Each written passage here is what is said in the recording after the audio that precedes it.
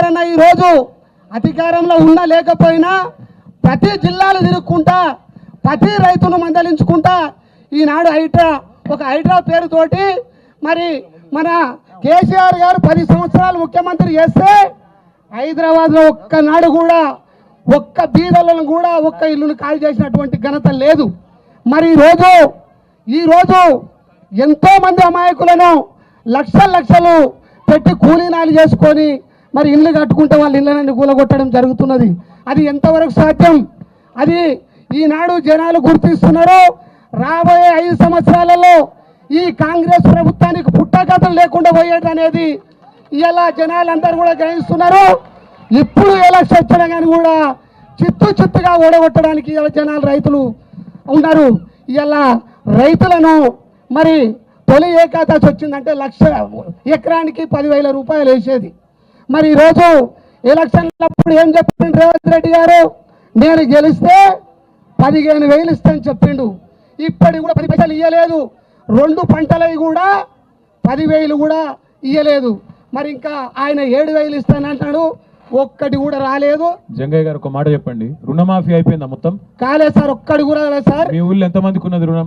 మా ఊళ్ళో ఒక 50 మంది దాకా ఉన్నారు సార్. అంటే ఎంత మందికి అయింది? ఎంత మంది? ఒక 10 మందికి కావచ్చు సార్, మిగతా అందరూ అట్లే ఉన్నారు. 40 మందికి కాలేదు. 40 మందికి గానే కాలేదు పక్కన పక్కా సార్. ఒక పని చేయి, వాళ్ళందరూ 40 మందిని సెల్ఫీలు తీసి ముఖ్యమంత్రికి పంపించమని చెప్పు. సెల్ఫీలు దిగి ఇక మాకు కాలేదా ఇంకా కూడా రుణమాఫీ అని చెప్పి, ఎందుకంటే ఆయననేమో అందరికి అయిపోయిందని చెప్తున్నాడు. పక్కా కాలేదా? పక్కా కాలేదు సార్. అయితే రేవంత్ రెడ్డి అవద్దని చెప్పాలి, లేకపోతే జగన్ అవద్దని చెప్పాలి? ఎవరు చెప్తున్నారు? రేవంత్ రెడ్డి అవద్దని చెప్పాలి. పక్కా అంతేనా? పక్కా సార్, పక్కా సార్. సార్ మా 15,000 పడలేదు ఎవరికి? పడలేదు సార్. మరి వ్యవసాయ మంత్రి ఏమో పడ్డదని చెప్తుండు. ఒక్కడే సార్, మన సార్ ఇచ్చిన 10,000 ఆ ఎలక్షన్ ముందు లేచిరు కాబట్టి అవే వచ్చినాయి కాబట్టి మళ్ళీ ఇప్పటిదాకా కూడా పడతలేదు సార్. బోనస్ లేదు, రుణమాఫీ లేదు, రైతు బంధు పత్తలేదు. మా తాన వికలాంగులు 10 మంది ఉన్నారు సార్. నేను 6,000 ఇస్తాను సార్ నెలకు. 6,000 లేవు, 2,000 లేవు, మొత్తం గుండుసున్న చేసిండు.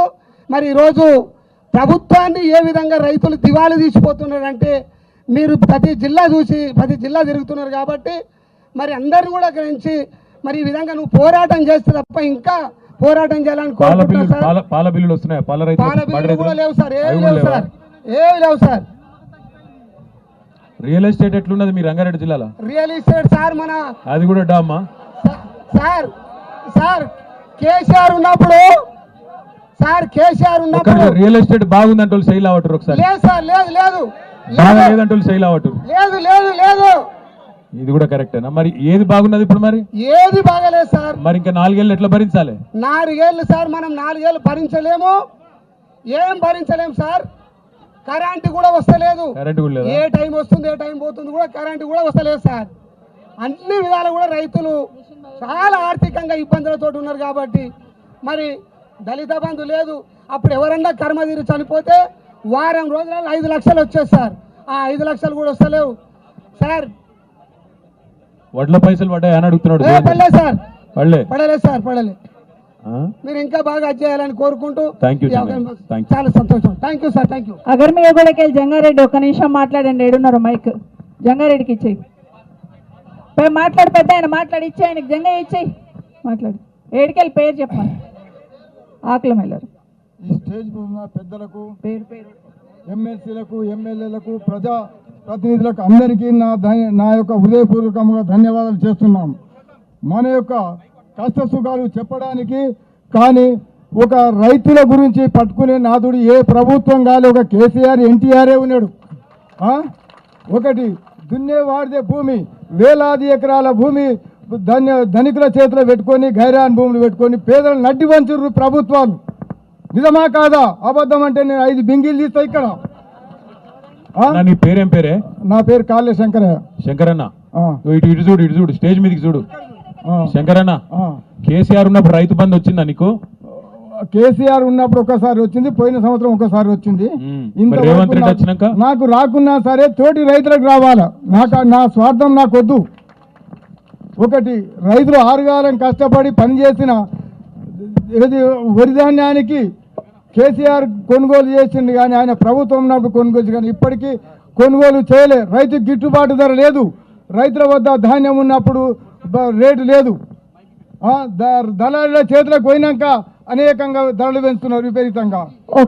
Okay okay, thank you. జంగారెడ్డికి సీతారాం అందరు కూర్చోవాలి. మీరు నిల్చోవడం వల్ల వెనకాల వాళ్ళు కనిపించట్లేదు. తమ్ముడు కూర్చోండి మీరు అందరు, ప్లీజ్ ప్లీజ్ ఆనే కూర్చోండి, ఉన్న ప్లేస్లోనే కూర్చోండి. 2 గంటలు కూర్చోలేరు, కూర్చోండి కూర్చోండి, ఆనే కూర్చోండి ఎవరి ప్లేస్లో వాళ్ళు. జంగారెడ్డి రంగారెడ్డి నగరమే కూడా మాట్లాడుతున్నా. మాట్లాడండి. నేను రంగారెడ్డి నగరమే కూడా నుంచి మాట్లాడుతున్నా. మా అక్క ఎంత బాధపడ్డదో మా రైతుకు అంత చేసింది. మా అన్న కూడా అంత సహాయం చేసిండు. నేను కందుకూరు మండలనే నేను 100 ఫుట్ రోడ్లు పండిస్తాను మేడం. నేను మొత్తం మేడం ఇక్కడ రైతు ఇచ్చిన మన మండలికే ఇచ్చిన.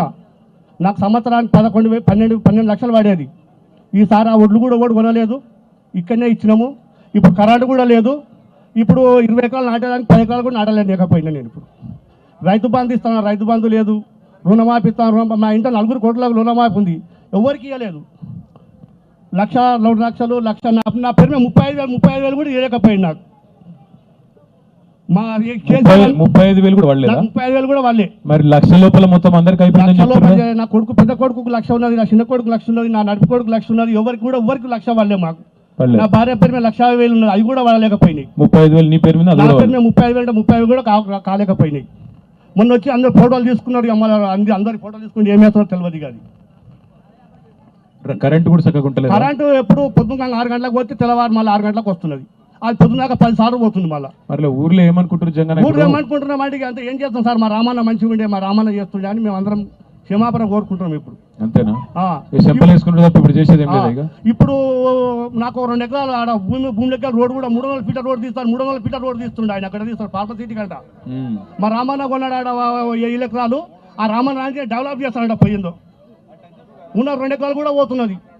ఆయన గజాలు ఇస్తాడంట, మాకంటే ఆయన గజాలు ఇస్తాడంట ఎకరాలు తీసుకొని. థ్యాంక్ యూ అన్న. మనకు కేసీఆర్ గారు ఉన్నప్పుడు 1,00,000 మందికి ఉద్యోగాలు కల్పించాలని అక్కడే పెడతాం మీ మైక్. ఉండు అదే చెప్తున్నానే, ఒక్క మినిట్ ఉండు. ఈడ ఇంకో పెద్ద సమస్య వచ్చింది రామన్న. ఉండన్నా అదే చెప్తున్నా. కృష్ణన్న ఒక్క మినిట్ 2 నిమిషాలు కూసో. అదే నీ బాధ అర్థమైంది, చెప్తా. కూర్చోబెట్టమ్మి ఆయనని, కూర్చోబెట్ట ఆయనని.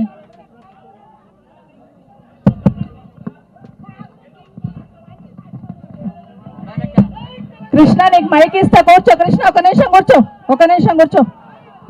అందరికీ నమస్కారం. ఒక నిమిషం కూర్చోండి. చాలాసేపటి నుండి మీరు అందరు రైతన్నలందరూ ఇక్కడికి వచ్చున్నారు. పెద్ద ఎత్తున ప్రతి గ్రామం నుండి కూడా ఇక్కడికి వచ్చున్నారు. అందరికీ నమస్కారాలు. మన జిల్లా నుండి కూడా సీనియర్ నాయకులందరూ కూడా వచ్చున్నారు. గౌరవ ఎక్స్ ఎమ్మెల్యేస్, ప్రస్తుతం ఉన్న ఎమ్మెల్సీలు అందరూ కూడా వచ్చున్నారు. పెద్దలు, గౌరవనీయులు, ఈరోజు ఈ కార్యక్రమానికి వచ్చిన మన వర్కింగ్ ప్రెసిడెంట్ గారు కేటీ రామారావు గారికి మనందరం కూడా పెద్ద ఎత్తున స్వాగతం చెప్తున్నాం, మన రైతన్నులందరి తరఫున కూడా.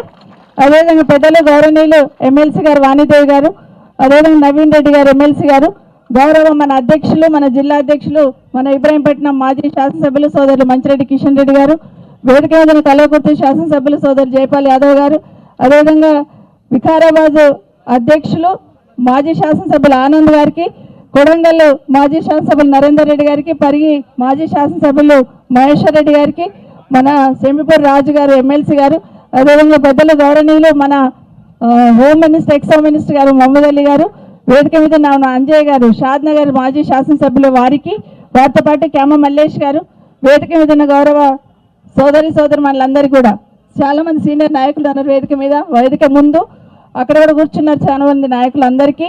ముఖ్యంగా ఇక్కడికి వచ్చిన రైతన్నులందరికీ కూడా, మా అక్క చెల్లెళ్ళకి, అన్న తమ్ముళ్ళందరికీ నమస్కారాలు. ఈరోజు ఏ ఉద్దేశంతోనైతే మనం అందరం ఇక్కడ కూర్చొని ఉన్నామో ప్రశాంతంగా కూర్చుందాం. రైతన్నుల కోసం ధర్నా చేస్తూ ఉన్నాం కాబట్టి రైతులకి కేసీఆర్ గారు ఎట్లా భరోసా ఇచ్చిందని మన అందరికీ తెలుసు. అందరు కూడా వేదిక మీద వాళ్ళు ఒక్కొక్క నిమిషం మాట్లాడే ప్రయత్నం చేస్తారు. అంతకుముందు ఒక్క నిమిషం రామకృష్ణారెడ్డి ఒక నిమిషం మాట్లాడండి. రామరెడ్డినా మీరేమో చెప్తుంటుంది.